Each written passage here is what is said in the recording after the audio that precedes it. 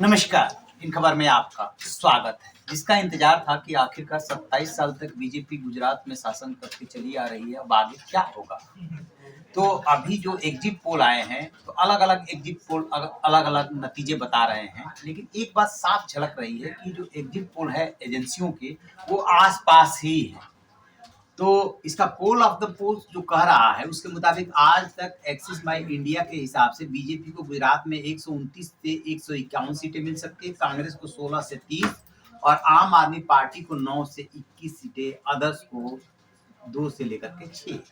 ABP सी voter कह रहा है कि 128 से लेकर के 140 सीटें मिल सकती है बीजेपी को गुजरात में, और कांग्रेस को 31 से 43, आपको 3 से 11, अदर्स को 2 से 6। न्यूज़ 24 टुडे चाणक्य के मुताबिक गुजरात में बीजेपी को 150 सीटें मिल सकती है, जबकि कांग्रेस एनसीपी को 19 और आप को 11, अदर्स के खाते में 2 सीटें जा सकती है। न्यूज एक्स जन की बात के मुताबिक 117 से 140 सीटें मिल सकती है बीजेपी को गुजरात में, और 34 से 51 सीटें कांग्रेस को, 6 से 13 सीटें आपको, और 1 से 2 सीट जो है वो अदर्स को मिल सकती है। रिपब्लिक टीवी पी मार्क के मुताबिक 128 से 148 सीट बीजेपी को, 30 से 42 सीट कांग्रेस को, और 2 से 10 सीट आपको, अदर्स को के खाते में 3 जा सकते हैं। टाइम्स नाउ ईटीजी के मुताबिक 139 सीट बीजेपी को, 30 सीट कांग्रेस, एनसीपी 7 है वहां पे, और आपको 11 और अदर्स को 2।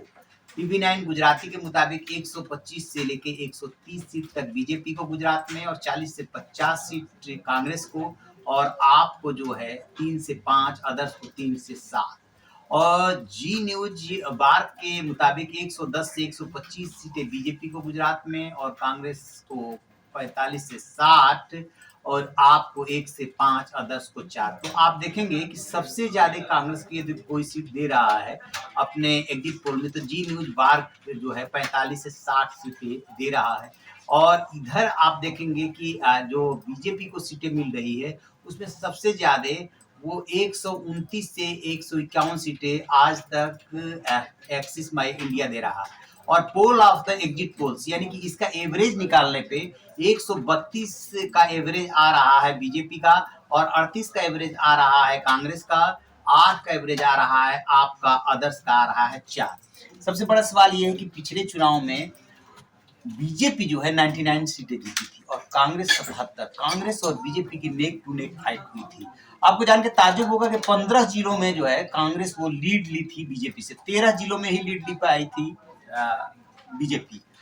तो कांग्रेस कई जगह पे आगे रही थी। वो तो अहमदाबाद, बड़ोदरा, बनासकाठा जैसे जो शहर है उन्होंने, और सूरत, उन्होंने बीजेपी को बढ़त दे दी थी। अदरवाइज पिछली बार बीजेपी बुरी तरीके से फंसी हुई थी।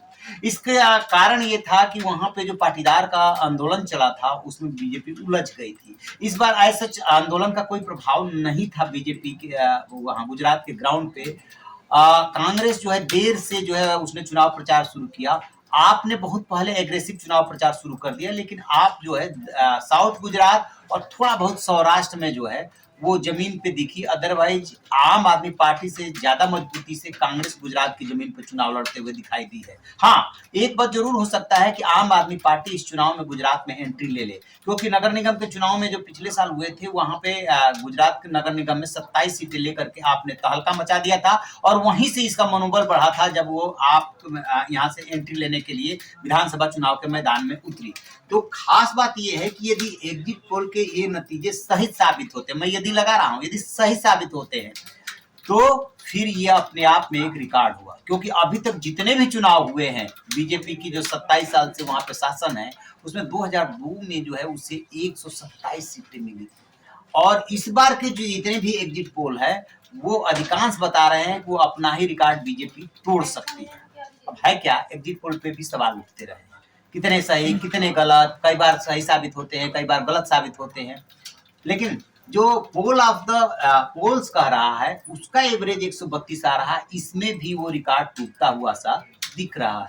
2 दिन का इंतजार है, देख लेते हैं। दावे के साथ कुछ नहीं कर सकते, लेकिन लग रहा है कि बीजेपी रिकॉर्ड तोड़ देगी। रहिए ना बेखबर, देखते रहिए इन खबर। Thank you.